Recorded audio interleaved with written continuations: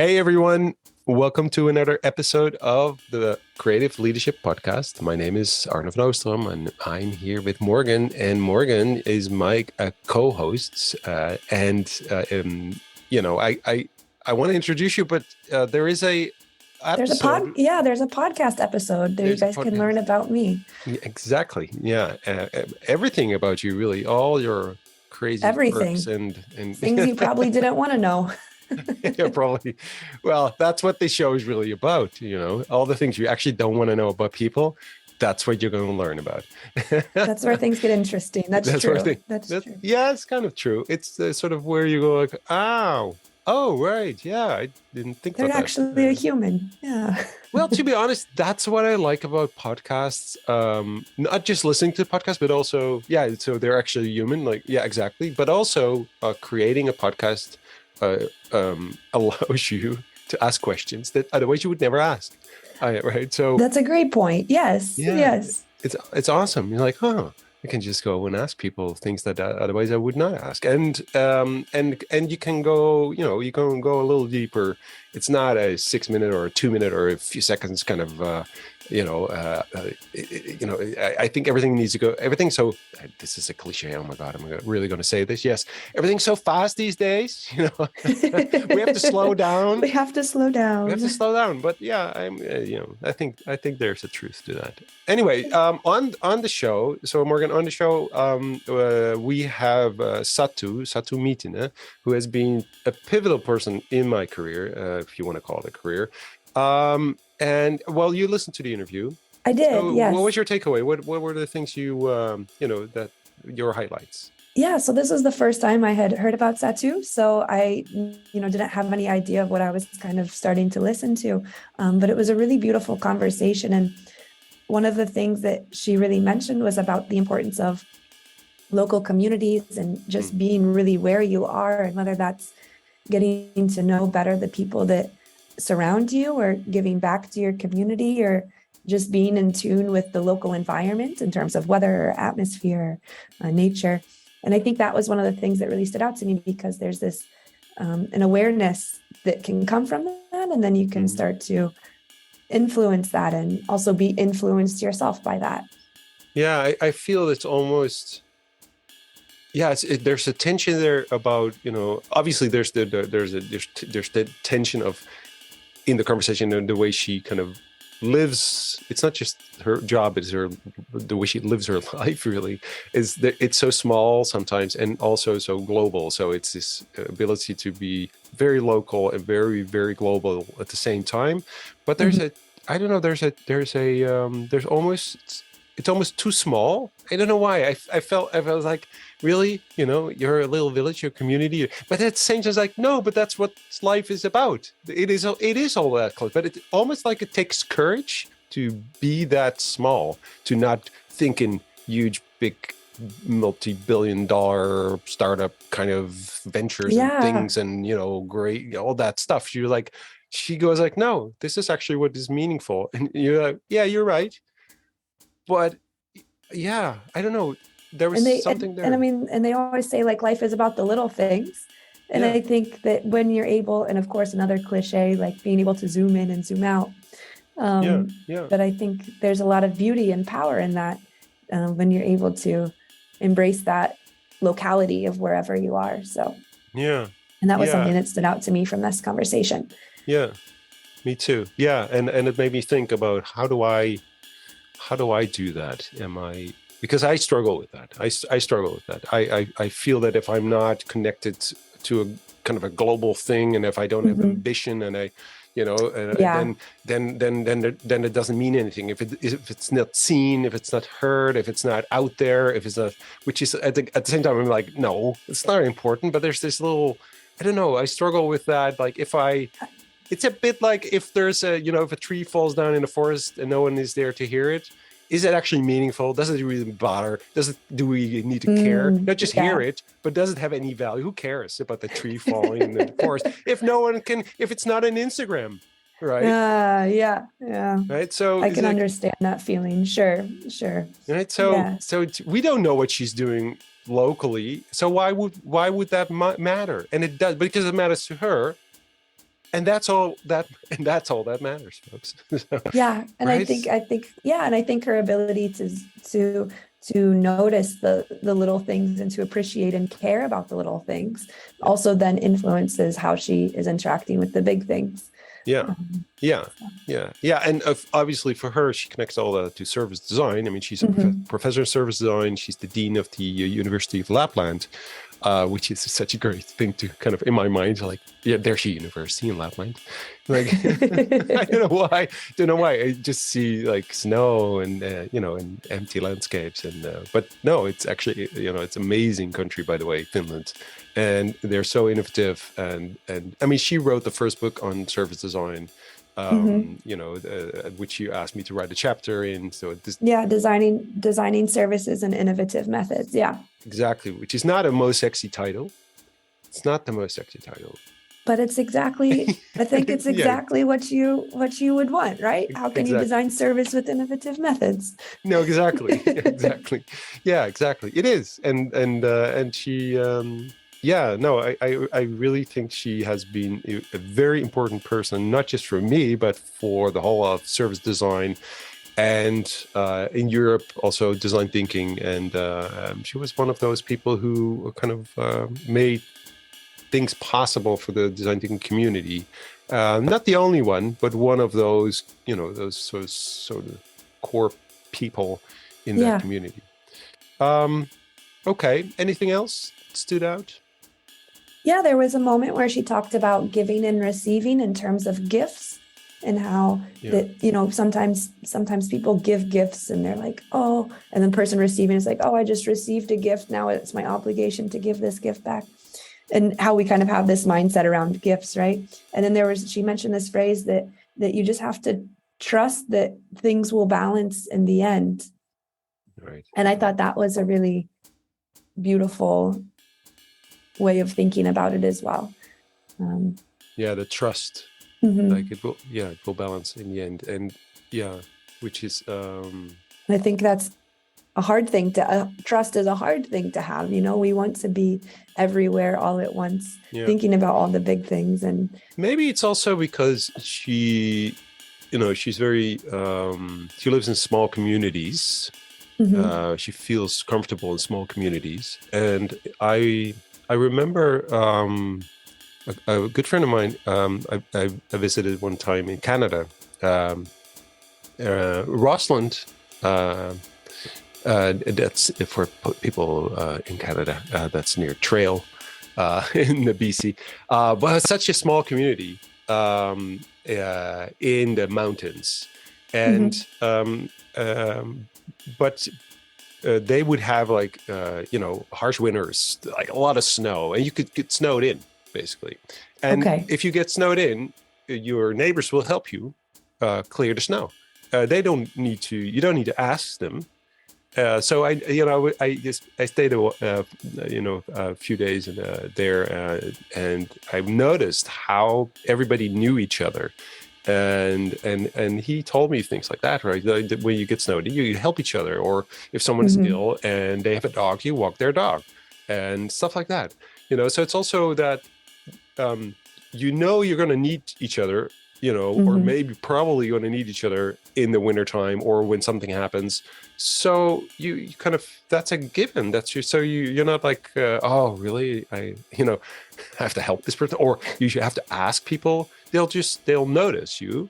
And if you need help, they'll know and they'll help you, because next time you might need some help. And, so that's a cultural thing, but it's also a small community. I think there's something about small communities that Of do course, that. And if yeah. you're bigger cities, you're more, which is weird because there's more people, but it means you can be way more alone and more isolated because of the number of people around, which is is it a paradox? I don't know. I think it's a bit of a common sense. paradox. Yeah. It's like there's so many more people to help you, but then nobody will because everybody thinks, well, someone else will be there. Someone else will help. Of course. Yeah. Right. Yeah. So maybe that's part of that mindset. But I love that mindset, and I think we can learn from that. And I struggle with it because it's like, oh yeah, I'm someone who I know. I think I know my neighbors. Even the way I said that, I think I know my neighbors. Like, but then Yeah, a couple yeah. of like a few houses down the road, or like across the street, or someone in in my neighborhood. A lot of people Mhm. I don't have any connection to them, but it's me. My wife does, by the way. So it's my Ah. I have that. I'm Yeah, not too it's an Arna autistic, thing. probably. Yeah. Do you have that? Yeah.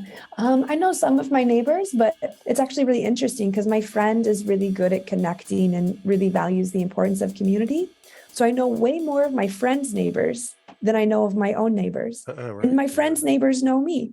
And we hey Morgan, I'm walking down the street to go to their house. Hey Morgan. Oh hey.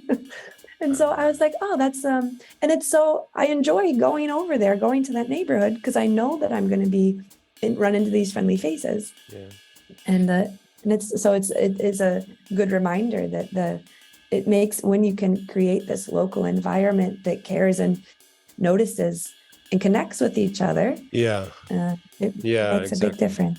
It does make a big Yeah. difference, and just a small. I know we have to go to the interview, but still, I need to share this little anecdote because it made me think about something that was also so I don't know, such a powerful experience for me. I was in Accra in Ghana, and I was taken by a friend of mine to a small sort of village next in the Mhm. neighborhood of Accra, and so he knew the neighborhood and he had friends there, and it was a guy and who he knew really well, and he was going to guide us through his little town. And while walking there, and there were no roads; it's just dirt roads basically, Mhm. and no real houses in the sense of the way I know houses. So they would live together with groups, like their whole family, and Yeah. they would not have like their own sleeping room, No, a no. bedroom, and stuff like that. So anyway, we're walking through that a village or town, and he asked me so what do you think? What do you see? And to me, I said it's kind of weird because on the one hand, I see a lot of poverty because it's very poor. It's very very poor what I'm seeing. But at Mhm. the same time, I said what I'm also seeing is that everyone we meet, and we met a lot of people. You know them, you know their name, and and they know you. And he said, yeah, and they know their father and their mother. And he said, you know everyone here, and everybody greets you. And I said, if you walk around my neighborhood, I don't know anyone. I don't know. So it also feels really rich. Like you have this Yes. amazing community of wonderful people, and and maybe the you don't have the houses and the cars and and but that's so I was kind of jealous of that. It's like you don't realize how individualized we became in my country, where so again this power of community and people, and it's weird because I think I'm totally autistic. So I really like to be on my own and do my Sure, I sure. don't. Some people have this, of course. Yeah. Yeah, and when I walk around in my town, I won't even recognize my own mother because I don't Yeah, so don't look at people's faces. yeah, I don't know why. It's just how it is. But then again, so we think about locality and community and people and what's of real value. Mhm. If you experience those kind of communities, I don't know, I think most people will go like, oh yeah, oh wow, that's really cool. You walk out Yeah. and there's people that know you and care for you and care about you. It's a really powerful feeling. Yeah. Yeah, and And they not power. probably. Yeah. Power, it impacts power on a powerful level, like, Yeah. oh, somebody noticed me. Somebody. Yeah. And Yeah. they'll have disagreements too. Of They're people, they're course. human beings too. So, Yeah. Yeah. of course. So it's not all that. So it's anyway. Yes. Okay. Enough talk. Yeah. Yeah, I think so. All right. Let's listen to the interview. All right. Enjoy. My identity comes a lot with my family. So, like if I would need to introduce who I am, I would tell that, I'm a mother of two children. And I think other thing that identifies me a lot is this location. I live in the Arctic Circle, so I'm a quite how do you say, like strong community member here in Rovaniemi, in our village. I'm actually at the moment I'm chairperson for the regional development company or development corporation. That's how do you say, it's like a position of trust, because I'm part of the Green Party. So I would probably, if I'm not describing like what I'm doing for work, I would tell that I work for our community here up north. And of course, one thing that characterizes me quite a lot, that I'm practicing artist, that I do photography and installations and performance. And I think this is also a strong part of my identity, that I'm all the time in this kind of internal struggle, where to use my time, whether to put it in the art or put it in the work or put it in the community matters. Yeah, I recognize that. So much to do, and also, and actually, you started with the first thing you actually mentioned was family. That came really quick. So you said, "Well, it's family." That what defines me, which is also community. Is that something that that you've always felt like you're very, what sounds, so maybe it sounds like this to me, it sounds very local. So you talk about the place where you are, which is very specific, the Arctic Circle, you're very high up there in Finland. There's community, there's family. It sounds very local, very small. Is that how you feel that, or because at the same time you are also very global and international? So I think this is like what keeps me rooted. I think that if I think about my values, I think it's to make sure that the family is okay, and the community is okay, and the local environment is okay. So I somehow, those are kind of core values, and what is very important to me. But then, of course, I'm very curious person, and maybe something what also defines me, because I think we always have so multiple identities that I think no one fits in one box. I'm a daughter of my father was a sailor. He ran to the sea when he was 17. He called from the harbor of Kotka to his mother and said that I'm off now. I got a contract in a ship and I'll be away for some years. And sorry, how old was he? Yeah, he was born in 34. So how old was he when he went to sea? He was 17. 17. So 17, let me think. My daughter's 16. So next year she give me a call. Hey, Dad, I'm on a ship. Yeah, he was 17. Of course, it's a totally different kind of life, because he was born during he was a war child. He was a child when there was the winter war in Finland, and he had to go from door to door to beg food. And children of that era, they got independent very early, and it's a totally different life what we have now. So you cannot really, or I cannot really compare or understand. Of course, my son is also 23, and I don't think he would even do it now. And the world has changed so much that nowadays, if you want to have a position in a ship, you have to have a good basic training. Which he didn't have, probably. Yeah, right? yeah. So he didn't have anything like that, but then he took this like an apprenticeship. Yes. He studied to be this kind of engine mechanic in the boats. And he was very entrepreneurial when he was doing this apprenticeship, and all the time when he came to the Helsinki, he did exams always, and when he was in the shore. And of course then came the day that when he met my mother, and then my mother said that I don't want to be married to a sailor, that I want someone who is at home. And my uncle was telling this nice story that that my dad was supposed to like continue and go to the sea, and then in the night my uncle heard someone throwing stones in the window.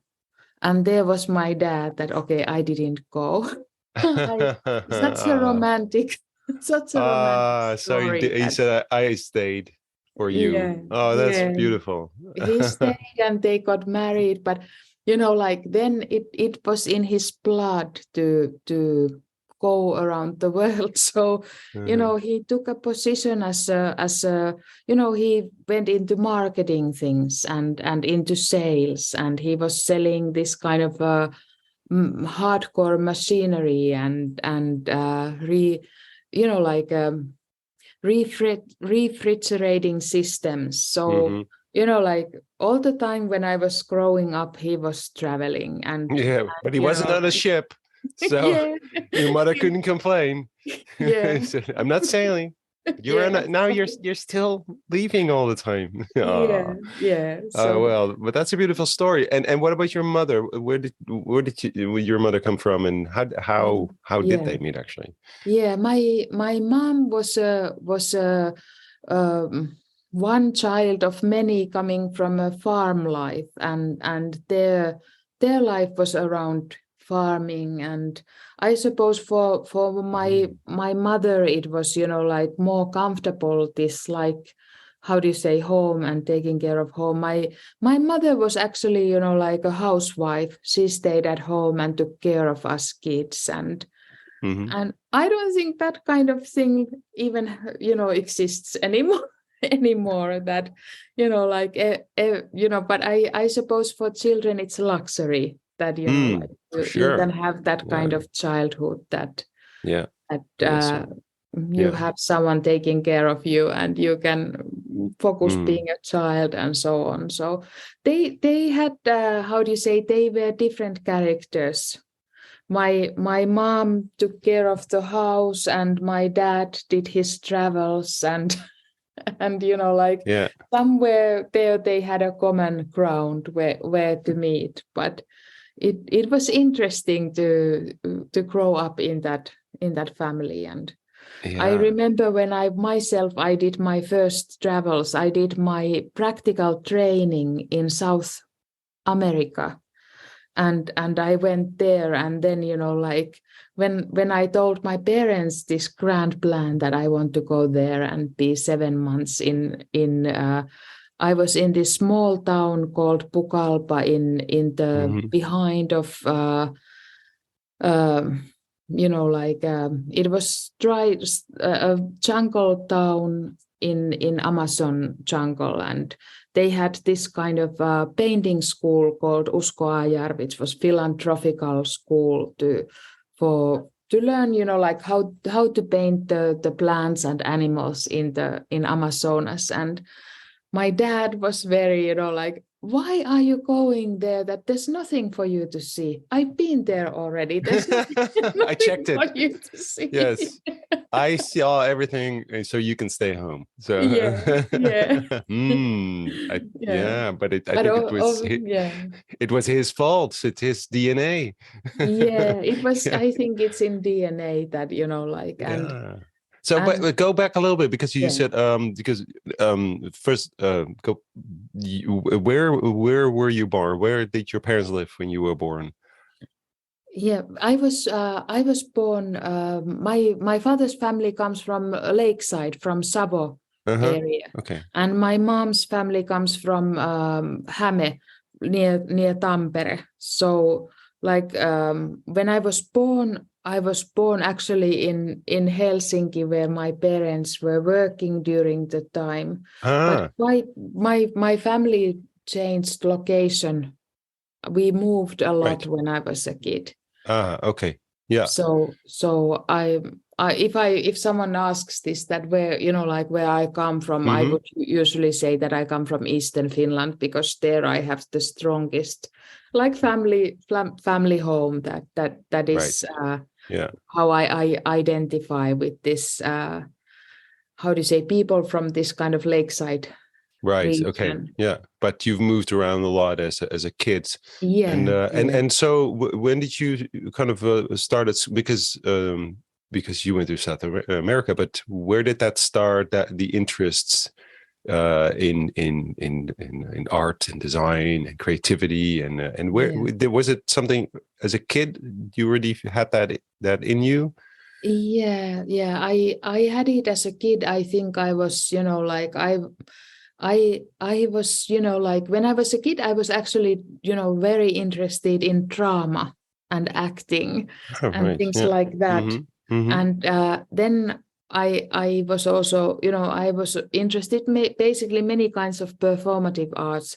But then for some reason I started drawing and do visual Mm-hmm. things. So I did I was in high school, which was like, how do you say, like for art subjects. Mm-hmm. So I suppose I quite early on I couldn't imagine doing anything else but arts, and maybe then, how do you say, like different areas of arts that were the biggest struggle, whether to do performative arts or visual arts or design. And Mm-hmm. I think I chose design because I was thinking that I'm very practical, that okay, this will give me, like I can earn a living through this, rather than fine arts or that, Okay. that So area.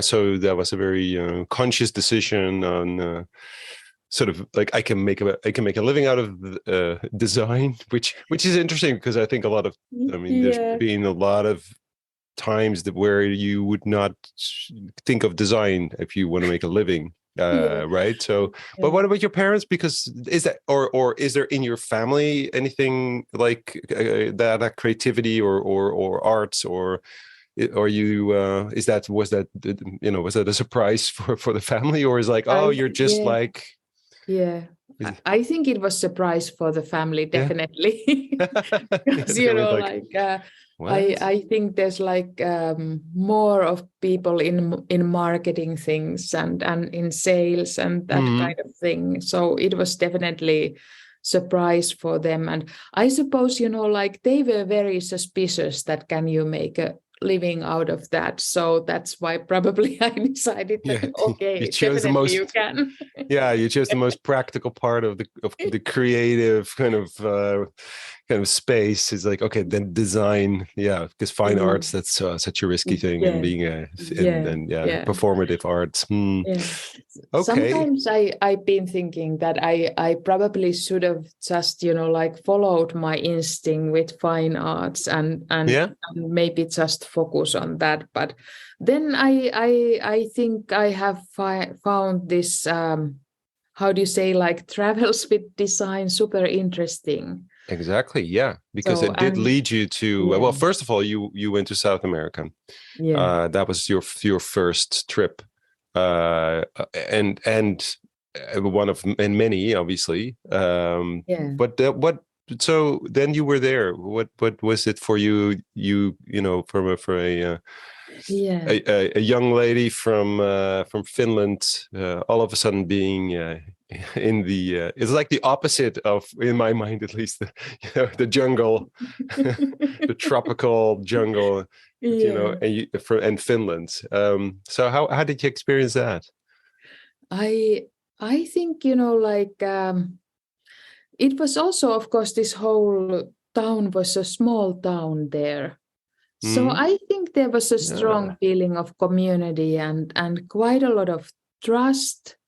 This small art school was hosting us, and of course, it was very different from what I came from, because, like I remember when we arrived there, and they had a small house for us, or small hut with floor which was, like a land, how do you say, like earth floor. There was no floor covering or anything. Right. It was It's really, just earth. like the bare ground.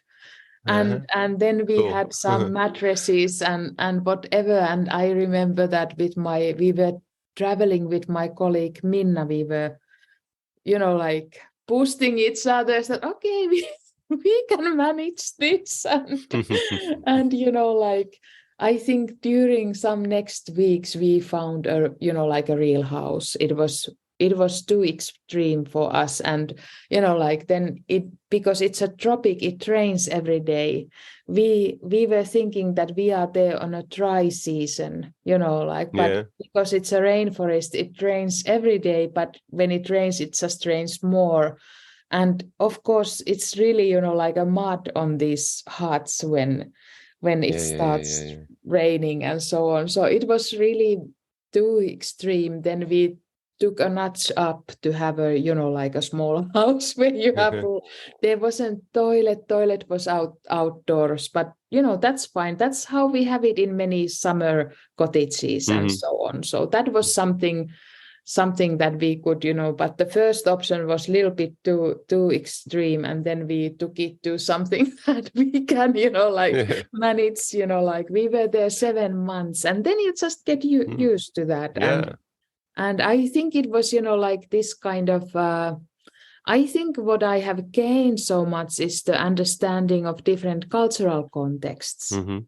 Because, like we were Finns and we were there, and it was raining, and we, like made our way in huge rain and mud to the school. And then they were saying that, oh my goodness, didn't you use any reason that there's no school in this kind of day, that when it's raining so much and everything is muddy, then you just stay at home. And we were like, oh my goodness, that can you just stay home? And can you just stay home?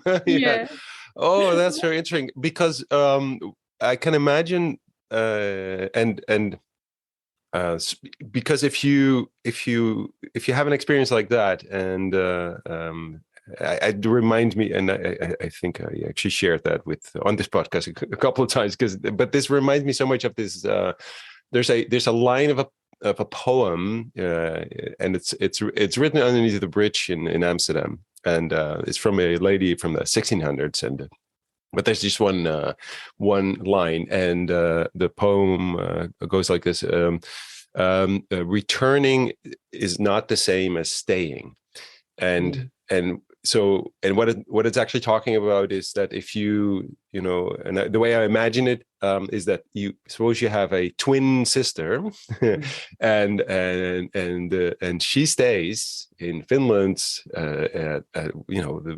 right there, and you go away, you have an experience like that. If you come back, you're both in the same country, maybe in the same town, but actually you're in two different places, because you see things differently. You have a different context. Because if you go away, this is the idea, obviously, of exploring and getting out of your comfort zone, and and so you can actually see more clearly where you're actually from. And so it changes your perspective, and you see it more clearly, or at least you see it differently. Was that something that you've experienced in that sense when you came back, or you're like, did Finland change after that?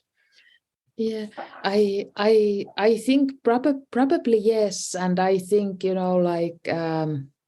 maybe also why this like a local context is important to me.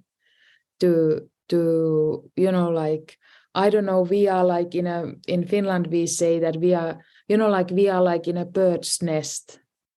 Like everything is so well, like amazingly well, and then it makes me feel that I need to do something for my community, to give back something.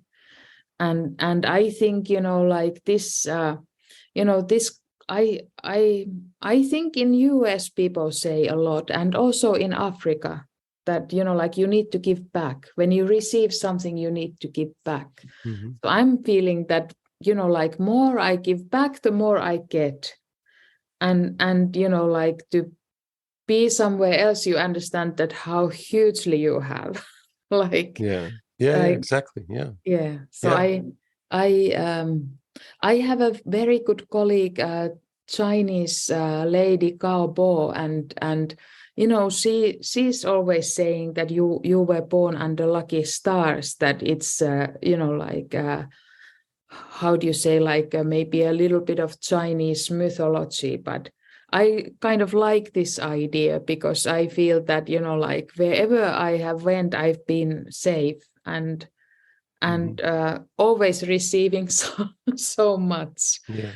And I think that's a good philosophy, that, you know, like if you give back, you always get more than you give. Yeah. So Yeah.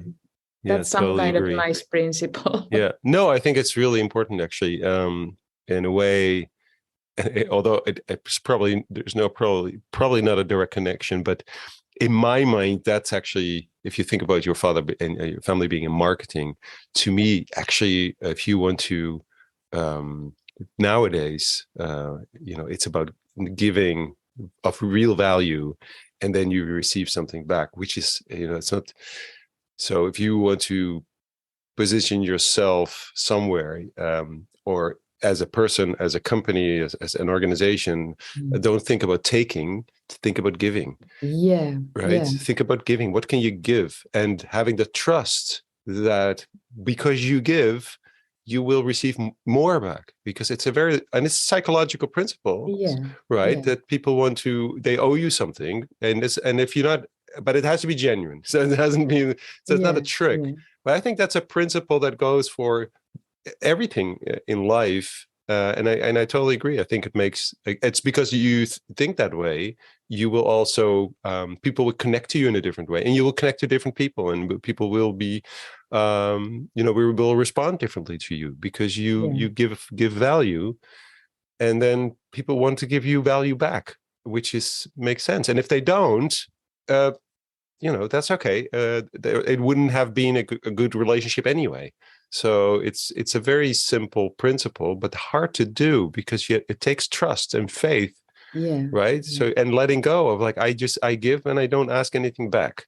Yeah. And for a lot of sort of more, you know, so what people would call rational kind of people, they'll go like, oh, you know, that's so fluffy. That doesn't work. You know, so there's a cynical, you know, there's a lot of cynicism in people in business and societies where it's more about taking than giving. So I think that's excellent analogy, and you know, it reminds me also like a lot. It's very much related to the you know, like several, how do you say, like indigenous thinking. I have a colleague here at the University, Rauna Kuokkanen, who is our Sami professor.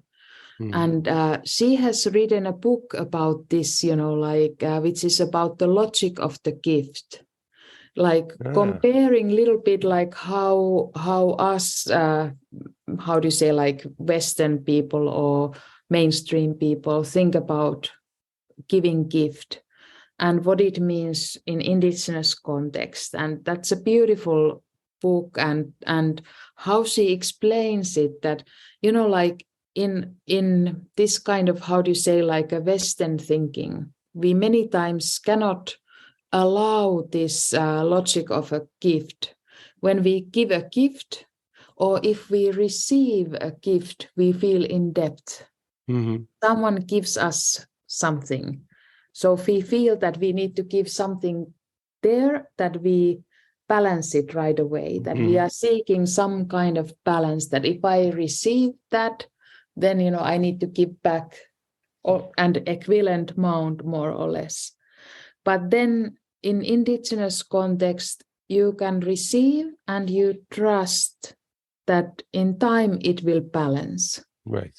Exactly. Which is a little bit different logic, that there's not direct reciprocity but you trust that the time and context will balance it, and you don't worry about, how do you say, like measuring something exactly equivalent to return it right now, but it will be balancing, so you can receive and be happy about it. Yeah, exactly. And you don't feel debt, but you know, it will play out in time, you know, and I think that's also, I somehow, I don't explain it as good as she does, but I love this idea that, you know, like that also, that, you know, like you don't have to feel debt. And I think we feel many times guilty. You don't have to feel in debt and guilty, but you can be happy to receive. And it doesn't have to be this direct. Maybe you give back to someone else, and that will in the end sort it out. No, exactly. And I think even the one who gives the gift, in sort of in a lot of Western culture, if you don't want to insult someone, or you don't want to make someone feel guilty, so you think about what to give, and then you're already kind of in that system of, if I give something to someone, they feel maybe they have to give something back to me. So you kind of, you know, so you won't give something that person feels that they they're kind of they owe you something. So there's this whole interplay, this whole, you know, that's really interesting, because if you let go of that, the gift that you can give is also different, because you don't, you know, it's not a burden on the other person. So I think that whole system, and I you know, I use that principle in when I created my company, at the sort of Design Thinkers. When I created, that was sort of my whole idea of, I'm just going to give away my brand and my company to anyone I trust, and who wants to kind of, you know, be part of this, and I don't ask anything back. You know, it's like, you want to have the brand in your country? There you go. Here it is, and I'm going to help you. But and I'm not asking anything back. But that led to a system where we kind of felt that we were a community, and we took care of each other. So it's more about, you become a sort of a community of care. You want to take care of each other, whether it's a direct, like a, you know, value exchange, that, you know, that wasn't really relevant. It's more like, we're there for each other, because I think that is something that will happen, that if then you really need something, those people will be there for you. You know, and not because they gave you something, but because you have a different relationship of taking care of each other, and trust, and so I think this is why probably it's about community again, real community, and how people take care of each other, and what you give to each other in a community is probably very different than in very individualized sort of society, where that idea of giving value, giving something to people, is more like a transaction almost. I think that sounds beautiful. I think it is really, it's actually, you know, like you have done this logic, because that is how it works. And I think, you know, like when in life you trust in that, you gain a lot, and you don't, I think somehow I think the most valuable thing for me has been that I've been, how do you say, like lucky enough to learn about, you know, like something like this, or understand this. Like what I have been recently interested is this thinking about not universe but pluriverse, that we can have like many value systems and many kinds of let's say this kind of receiving gift, this kind of philosophical systems in place. And it's not only like one system, but it is many. And I think that if somehow you are able to accept that and receive that, you get so much more out of everything. You know, like that you won't try to force one system world, but you kind of enjoy that there are several ways to do things. And I think that's real somehow valuable learnings that I have learned, that like these systems do exist, and it's not only what we know, but there are things that you don't know, and they can surprise you. And which is so wonderful, because just think about a world where you can never be surprised and everything is exactly like you, and you can't travel. And so just going a little bit back into the storyline of you went to South America. You discovered there's a new way of living, and there's but which similarities, because there's a community, this small village, but they have different logic, different nature, obviously. So which also changes sort of the way you live in a way. What happened next? Because you came back to Finland. Yeah, I came back to Finland, and I finished my first degree, my BA. Then just by coincidence, there was a job opening here up north.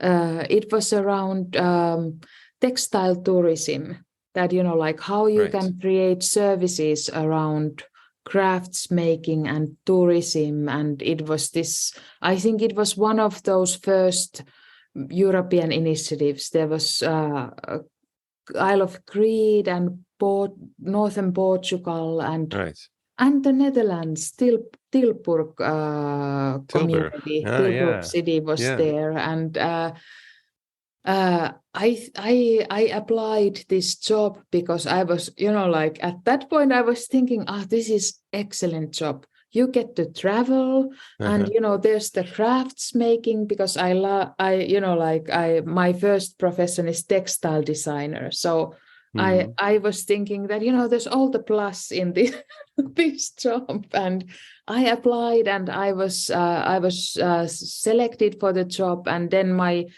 job was to create textile or crafts routes up north for the tourists. That create these kind of agendas that mostly people who are thriving here, they discover these locations, and then little bit think that how they can participate, what is the gain for them meeting these crafts people, and that was service design.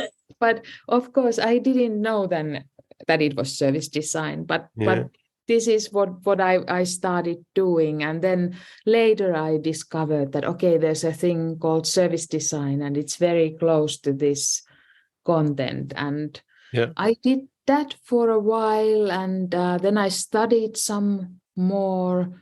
I actually did these crafts routes also in Ostrobothnia in southern Finland, and because that I became specialized in how to build this kind of a tourism service and connect the creative production and the tourism. And I think I did that, I don't know, maybe 5 years altogether. And at the side, I also progressed my studies, and I did my MA in craft design. And then just by coincidence, I noticed that the university, that they are looking for someone to work at the Finnish embassy in Namibia, in Windhoek. Yes. And then I applied that, and I received that position. And from that, it was 2000 when I was first time in Namibia. And that has carried a long way. I'm now in November, end of November, I will be again visiting Namibia. I don't know how many. Yeah, I remember that you've been there. Yeah. A lot. That had a big impact on you. That had, and there I found beautiful colleagues and friends, and there we worked together. We did lots of things, this kind of a tourism promotion, and then we tried to promote local young designers, and we created a brand called Pampili for these entrepreneurs, and that was good thing that took off, and this it gave a kind of, how do you say, like a support network to local designers, and opened door for them to travel to Finland and travel to some locations to see, like visit some fashion shows and trade fairs, and that was really interesting. Maybe more concrete design than service design, but still super nice thing. And then in some point I met Eero Miettinen from Nokia. And I think that was also one turning point, that, like I shifted from this kind of working with crafts and tourism and kind of small scale entrepreneurs working with large scale companies. Yeah, and because then, Nokia at the time was very interested in Africa, and they did a lot of research there. Yeah. And that was, like then I think I was involved maybe two or three these Nokia initiatives in Africa and also in India, in Bangalore. Right. And then I started doing my PhD thesis, and I defended my thesis, and then I started running this kind of, how do you say, like bigger research projects with several companies, and I think I did that for a long time, maybe 10 years or so, and then I was doing all those like service design books and yes. and Well, well, hang on. First of all, there's so many things. So I'm pretty sure we can't cover everything, but I do. There's one thing which is maybe it's a bit personal, probably because I also think, if I remember well, Windhoek, that was also the where you started the family kind of that was sort of I think. Yeah, I think you have a son. My son was born in 1999, and he was with 1999. me. Yeah, he was with me in Windhoek and in Namibia a long time. But with my son, I was a single mother. Yes. And I was a single mother for quite a long time. But then, in some point, I shifted from, because I was living in the capital region. Then I shifted because I didn't ever feel home there. Then I shifted first to Kuopio and then back up here. And in Kuopio I met my husband. And then we've been together since I don't know how many years. 15 years or something. Yeah. And then I had my daughter, Ruth. Yeah. Oh, okay. Yeah. Right. I missed that. I think that's a chapter that I missed since we've met. So that's cool. So in a way, you're being a mother, also started there. So that's also part of your life and who you are, and what you have to also, in a practical sense, obviously have to deal with, because all of a sudden there's a kid you have to take care of, unless my especially Sampo, my son, but my both kids, they have traveled a lot with me, and in 2015-16, I was a visiting professor in Stanford in US, and I was there. It's really, how do you say, like there's like two parts of my life, I think. Like with Sampo, we went all those, like African countries and whatnot, and Ruusu has seen the luxury side of the world.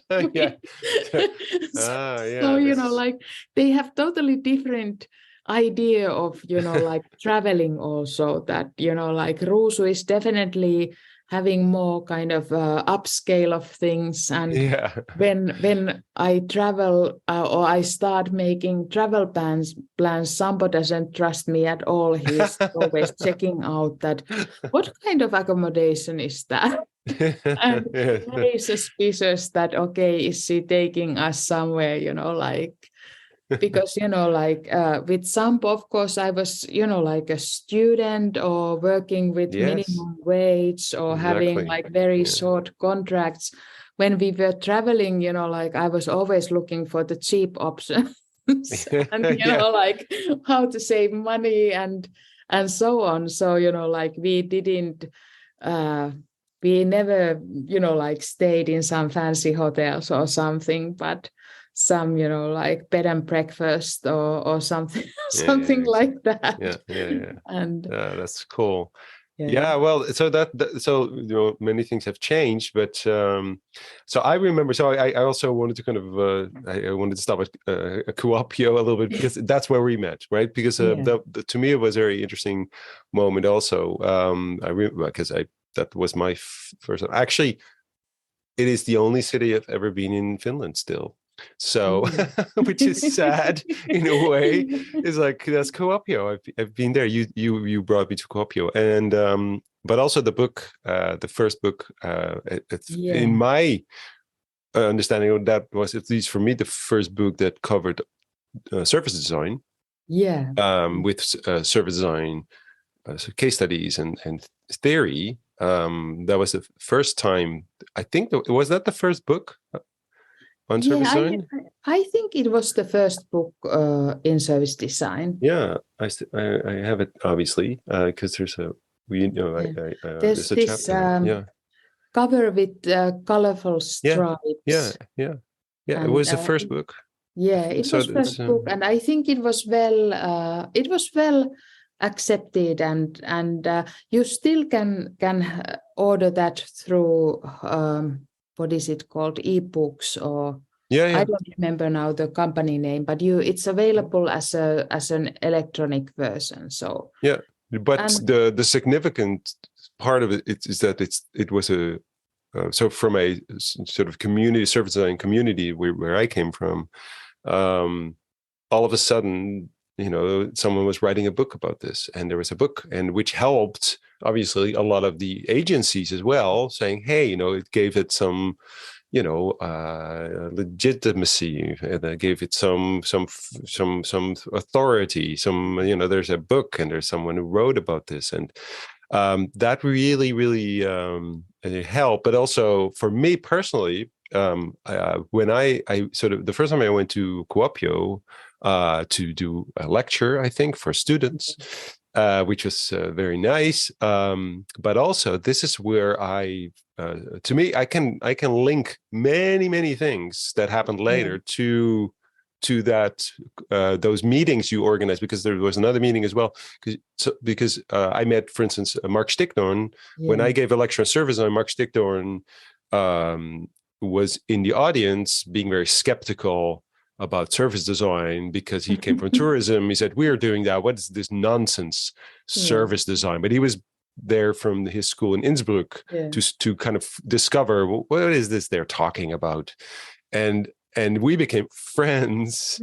And he then brought me to teach at Innsbruck, and that led me to also to Aho, the school university in Oslo, and etc. So there's so many things that came from that moment, and I remember I think it was sort of the second time when I was in Kuopio, you had a gathering, and there were people from Africa, there were people from Nokia, there were all kinds of people, and I remember talking to someone there. And I said, what's looking at the group of people that you gathered there, and I was kind of wondering, what exactly was happening. Sort of why are these people here anyway? What's the purpose of this?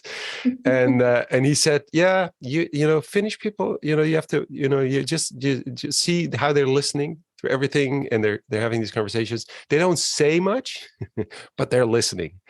And in due time, you'll see some of this is all of a sudden there's this thing, and it came from here, It came from these meetings. They bring these people together and they listen, and they're and I thought, yeah, I think this is happening. But it's also happened. It happened to me because of all these.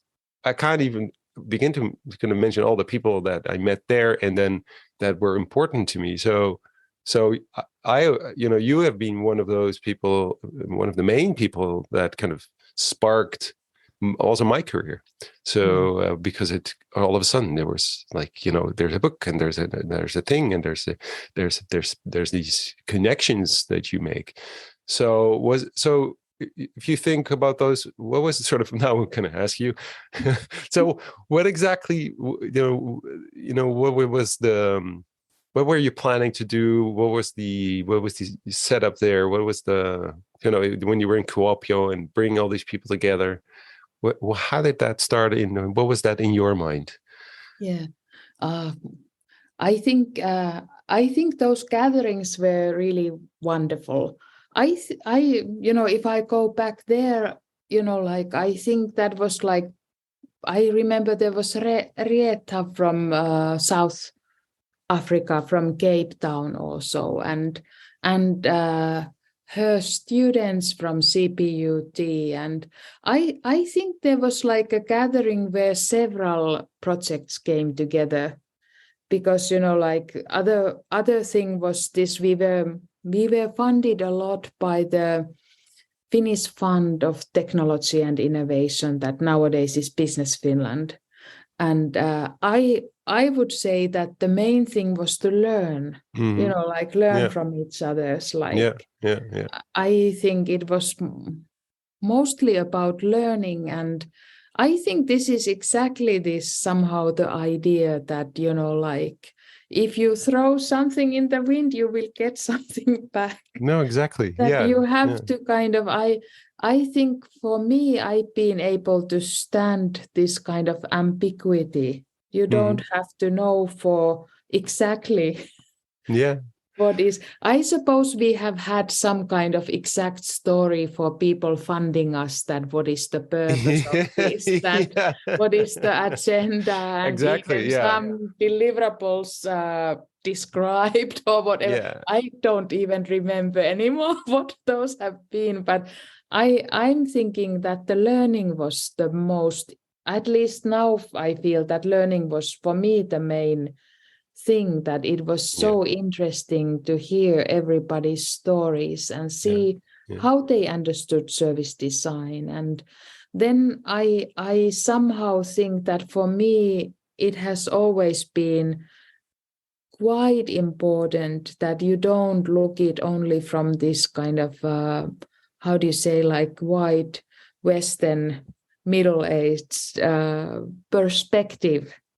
But you understand that the view should always be somehow global, because there are these different value systems and different values and different needs.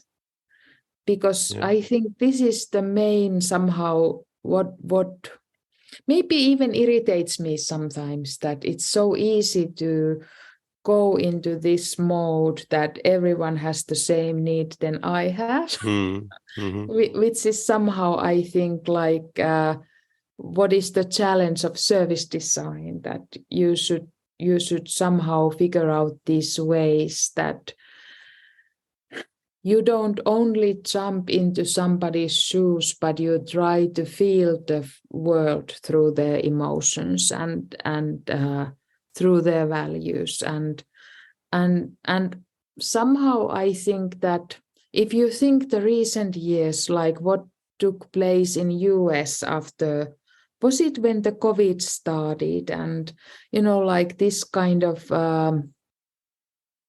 I think we are more and more understanding that the world is complex and that there are these different values. And if we think about this idea of pluriverse, or the idea of colonialism, how to decolonize, it's very uncomfortable for us who are white privileged people. And I somehow think that, for example, why Rieta was there and her students were there, I think that was, for me, I think it was important, because then, Yeah. you know, like they get to also share what is service design, and they get ownership, and they get to create what is service design. And I, you know, because my role has been, now I'm professor of service design, I get to ask so many times that, please, could you define in 3 sentences what is service design? Exactly. Yeah. Or, you know, like, I Yeah. don't believe in that at all. I think service design is what you create it for, you know, like it's what you want it to be. Yeah. How? But that. Okay. I totally agree with you. Right. So for sure. But as a consultant, you know, my clients want to have sort of a specific kind of definition, or so, you know, what it's going to be. So the sort of the tension between saying that's actually exactly what it's not supposed to do. It should not kind of lock it down. It should. That's the whole point of it. But if you're not, if you are used to a very linear way of thinking, that's a very difficult. I mean, how do you sort of, between brackets, sell then service design when you can say whatever you want it to be? That sounds like there's nothing. So what are you trying to tell me? So where do I start? How is that? So how do you feel about that? How do you make people more kind of secure, or you know, that they because they become very insecure because of that? It's like, of course, I, you know, like I go into, of course also I go into explaining what service design is. Right. Yeah. And I think, but it cannot be too rigid, because then it becomes outdated. That is what I'm trying to say, because you know, because I think how we have explained service design for a lot of years already is that we put the, you know, like the humans in the center. We really try to understand the insides of the human experience and build the service responding to those needs. And we don't do that like theoretically, but we really use our tool bag to go in the field and understand what really happens in the everyday context. But I think, especially in this moment, the times we are living, that we have to understand that that's very, you know, like it's very, how do you say, like homogeneous, privileged white designer crowd doing that. So I think we need to really also take step back and be maybe a little bit in this uncomfortable seat and figure out how to challenge ourselves. Are we now really doing everything to understand that the real life experience can depend on what color you are? And what emotions you go through in that service situation are not the same, but they are diverse. And of course, we have lots of ways how to, you know, like bring out different profiles and so on. But I think the very content of service design for me is to understand also the human emotion in the service experience. And to really do that, I think you have to challenge yourself, and you have to be aware what is happening in the world. That of course it's cost effective if you always use the, you know, like the tool set that you developed, but maybe sometimes you'll have to tweak it. Maybe you have to, you know, like put it upside down, and then you can even come up with something better. So I'm maybe I'm saying this, that service design is now in that point that you should little bit, how do you say, like be in this uncomfortable place to push it forward. Yeah, good point. So I think it's similar. I mean, I don't know if you feel the same, but so I've been now active in design thinking for many years. I use the language of design thinking. but it's exactly the same as surface design. I just basically, when I started, we were doing surface design, and then because of a lot of also US companies, they use design thinking as the language, but it's the same tool set. It's the same way of thinking. It's the same approach, the same qualitative research methodologies we use. It's so it's no difference there. I think that the tension is exactly the same in service design and all these kind of iterative, human-centric processes or design approaches or mindsets, is that it is, it's trying to kind of, it's starting to become fixed positions and fixed kind of processes and sets of tools. And whereas I feel that exactly what you're saying, that in order to push it forward to kind of, we have to keep redefining it. We have to keep redefining it, because otherwise it gets locked down, and then all of a sudden, service designers at the moment, to be, if I'm a little skeptical, there's no difference between a UX designer, service design, and most of them are just creating online, or digital tools like apps and stuff like that, and they don't really get the time to do real proper research. And so which is sort of the battle we have between sort of the traditional way of working and thinking and what we see as a new way of working and thinking. But there is this transition that is going on anyway, whether we call it service design thinking or whatever fight we're fighting. The world is changing. The way companies are organized is changing. It has to change because of the complexity and maybe the understanding of the complexity, because it's always been complicated and complex and chaotic, but also because it's more so because of technology, et cetera, et cetera. So there's all these reasons why we need to do things differently and think differently. Sometimes I feel we have to not only redefine sort of service design and design thinking, but also maybe even create a sort of a new language for it, and because it gets locked in and it's hijacked by all these people that said, they can actually give you what the definition of the service design in 2 lines, right? And this is it. And so I feel tension and irritation. I think you probably feel the same. An irritation of like, that's not what it's about. And how do we move forward? How do we get out of that locked position and find that that freedom again to go to those uncomfortable places, and because they're trying to make it the comfortable place again, and then exactly what you were saying. That's not where you grow. That's not where you learn. It has to be uncomfortable. It has to be painful. It has to be real, and we have to be confronted with these things. And you said a few things that I'm like, yes, like the diversity in go to any agency, not just service design or design agencies. How many people of color do you see in these agencies? I think you'd be really surprised how little people of color are in the world of design as a whole. There's a whole movement in the US, that is kind of about Black designers. They're saying, where are they? Where are they? And I feel the same. Like, so how do we set ourselves free from the system that is trying to kind of lock us in? I don't tell know. Us, Satu, tell us. That's a tough question. I don't know if I have an answer to that, but I think like at least that we acknowledge that we understand that that okay, we became now the the majority, or we had our momentum and we took it, and now we have this. That I think it is.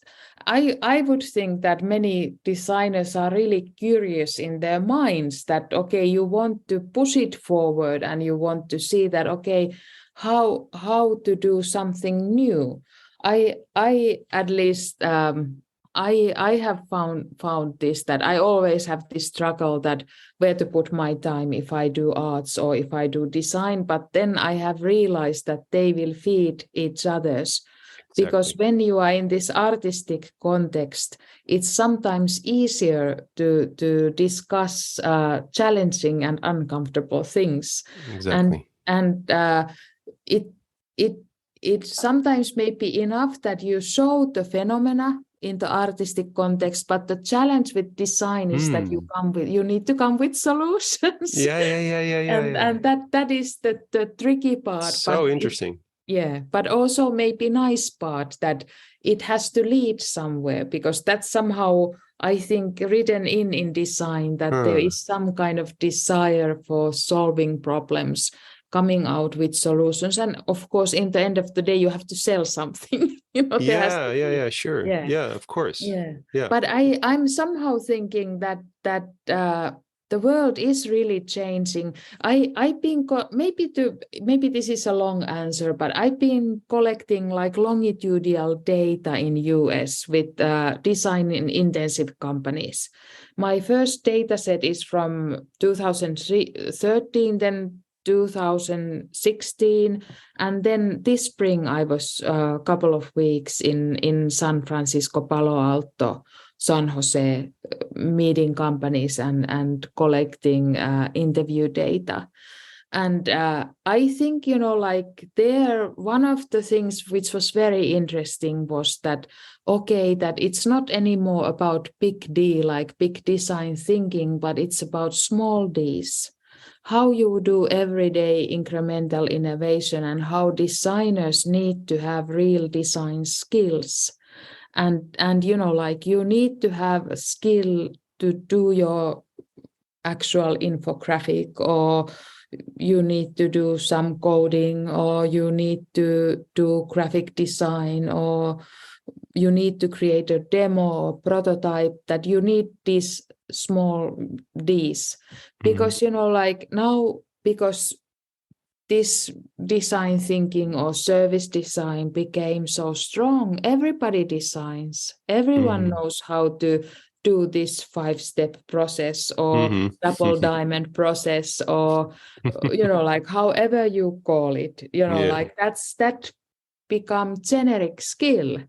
So designers actually need to have, also small Ds, not only big D, because otherwise what differentiates us from the others who all have command of this process of iterating and testing and evaluating and so on. I think that was interesting, to have this kind of, I don't know what is the outcome. These are just, I haven't really done the analysis, but these are what comes to my mind from the data and the interviews. That was interesting. Then, there was, for example, designer from Amazon Alexa saying that, designer has to always, when you work with the management, you have to have 3 options, and they will, you have to have 3 options, and they will, something really concrete things that, this is what designer does.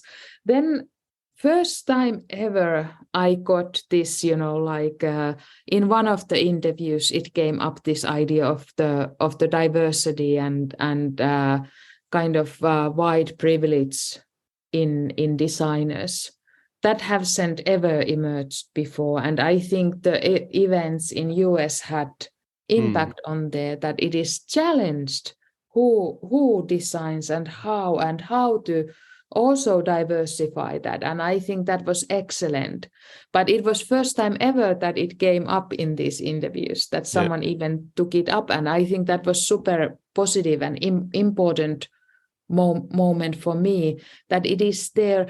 There was also, what was interesting in one of the companies, that was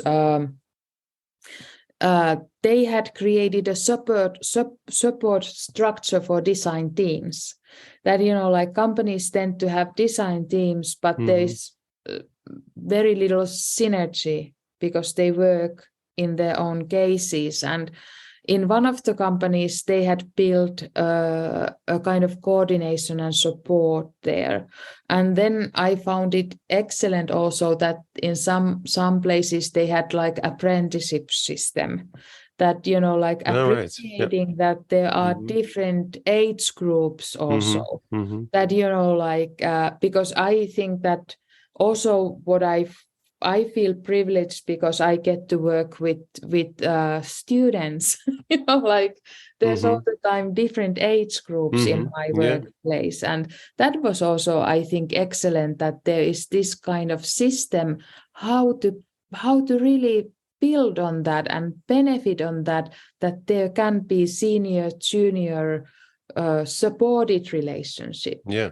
That's So really cool. I think that it was really interesting kind of set of interviews. Of course, design thinking was discussed a lot, and there was still the same old things that you need to evangelize design, you need to pitch it in the company to get it through, you need to push it. It's Yeah. not still obvious that you get to sell it and things like that. But I think there were some also new things. Also, what I found, it was Indy Young that I was interviewing, and she's an amazing woman. She's a co-founder of Adaptive Path, and now she has her own. She sold it, and she has now her own consultancy, and she has written several books. One of them is this Practical Empathy, and then there's, is it like Thinking Models is one of the books, and the newest book is about the power of listening, like Cool. how much more important it is learn to listen than anything, that you understand your customers. And I also love her idea about those thinking models, that, you know, like unless you are not open to this idea that there are so many different kind of thinking models, you lose so much opportunities on your customers. Because, you know, like if you get stuck into one type of thinking model that this task has to be done in this and this way, you lose all the other options. And to kind of understand that these exist, it's also important. But she came up in the interview also saying that you should have empathy for your leaders. That if you think about this, that many times we have conflicts with the leaders, or even in design teams, you know, that someone takes decisions and you sometimes are unhappy with those decisions because you wanted pitch your thing, and did it go through? And she was saying that, you know, like it's such an important thing that always you take some moments to try to understand the motivation of the leadership, and instead of creating your pitch, try to create dialogue with leadership. And that's also something interesting, that because this is what happens many times, that you are pitching design and you are selling design, but how the logic changes if you have a dialogue. There's a nice connection there, I think, to what we were talking about earlier. It's about giving. And I always see it this way, that if you look at your leadership or any of your stakeholders, really, and whatever change you want to make, what value are you going to give to them? What is it? What do you give them? So are you solving a problem for them? Are you giving them something of value? And if not, then, you know, then you should talk to them at least about, maybe you don't understand them well enough, because you don't know their problems, but then because it's about these relationships of you know, value, giving each other value and building on each other's ideas, instead of co-creating these ideas, instead of saying, I want this from you, without knowing, you know, what you give back. So I think that's a really powerful point. In a way, a lot of the things that we talk about when we talk about the service design thinking, and the methodologies, and the way, or the mindset. I mean, these are really a lot of them, at least a lot of the tools and methods are qualitative research or ethnographic research methodologies, or so. I think that's also sometimes quite confusing for people. Are we turning them into designers or researchers? And I think the blend of these two things, I think, is what it's about. I think this is why I struggle with the labels always, like design thinking or service. We need them because it's a language and we have to talk about it. So we need words to talk about it, but they're so limited. And every time you kind of start looking at it more closely, you're like, yeah, but that's research. Well, I mean, we've been doing that for many more years than we talked about service design. How is this? And then the other things are crafts, graphic design. I mean, we're not going to. I mean, the CEO of any company is not going to be the graphic designer. That's a craft. We need those people too. So those are the things we need. We need these experts as well. But I think that the power is, and I think what you were mentioning with also being artists and sort of those. You're not only one person. You're many. You have many identities, but actually seeing sort of all your identities as interconnected and different ways of approaching things, and being the sort of and this is to me what I call creative leadership is actually being that connected, the generalist, seeing sort of like, yeah, but you have to listen. So this book about listening and the power of listening, by able to, but you have to be the connector. So these are the connectors. These are the people who say, you take this part of it, but then you might need experts to help you really, make sense of things and analyze that data or put that into a system or visualize that for you, et cetera. So because the problem with design thinking and service design has also always been like, there's no one person that can do all of those things. You're not like, are we going to?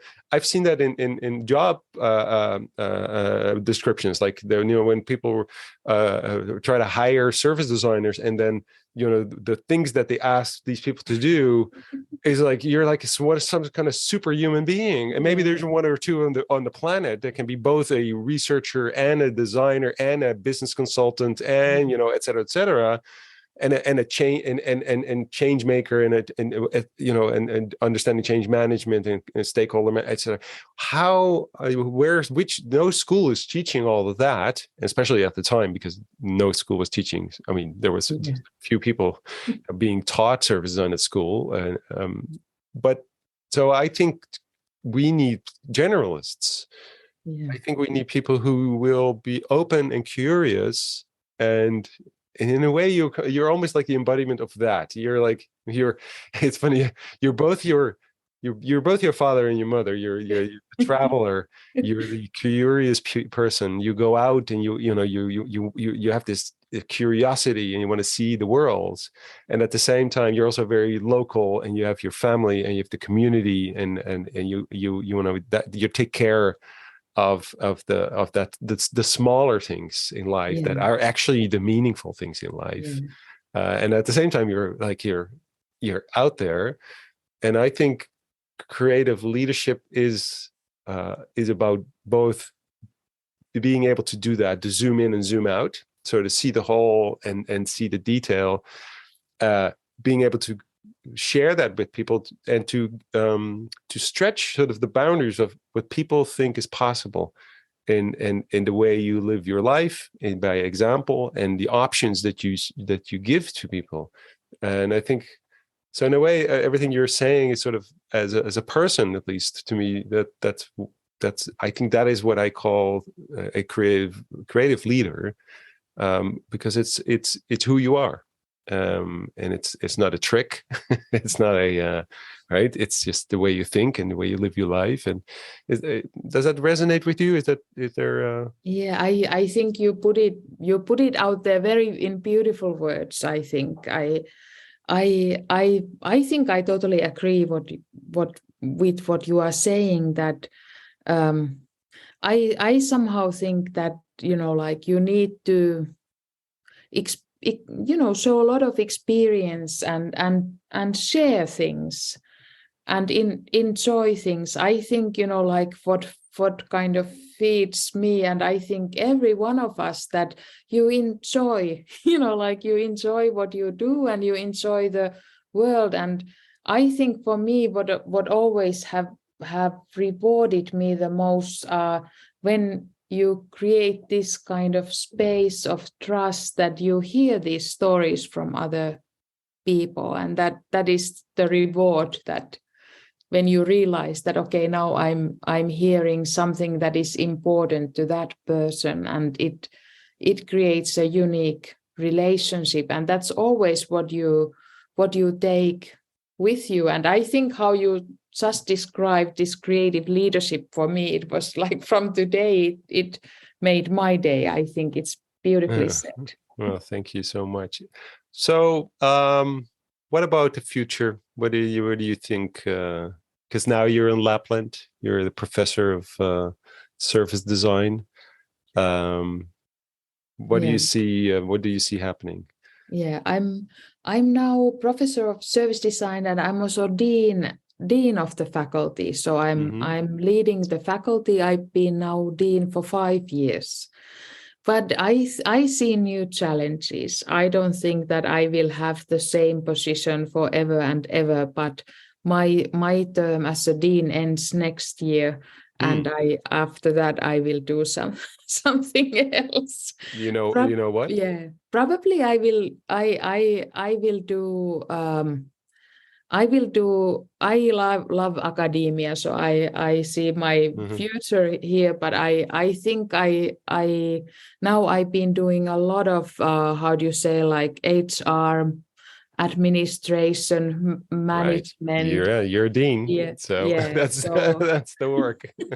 So I think it will be nice to, how do you say, shift this to something maybe a couple of steps more creative. And I think it's nice now. I feel that there's many leaders in our community who can step in this office. So I think that's also nice that, we are very sharing community, and now we have a moment when there's many good people who can step in this, and then I get to do something else. So okay. I think that's, I don't know yet what it will be, but it will be something nice and fun. I'm sure of it. All right. Are you working on a new book? Because you wrote several books now, right? So yeah, this newest book is about this. It's artistic cartographies and design explorations towards pluriverse. It's really tough. The pluriverse. Oh, yeah. Right. That's a good. Yeah. So this is about the pluriverse. But yes, I have proposed. Like to Routledge's book on visual essays. So I think that is definitely what my next book is. It's more, collection of visual essays rather than collection of academic articles. And I think this is something inspiring and interesting, that how you can create meaningful visual story. And that is something I will be working. Wow, next. That sounds awesome. I'm really Maybe there's something you can contribute. I would love to. I would love to. Yeah, of course I would. That'd be interesting.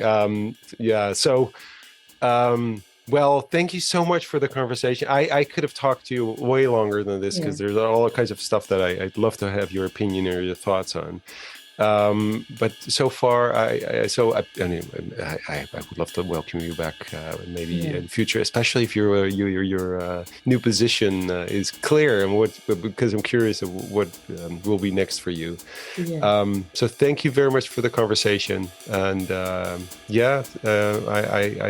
hope we will talk soon again. Yes. Thank you. I think it was beautiful to reconnect, and it was nice discussion.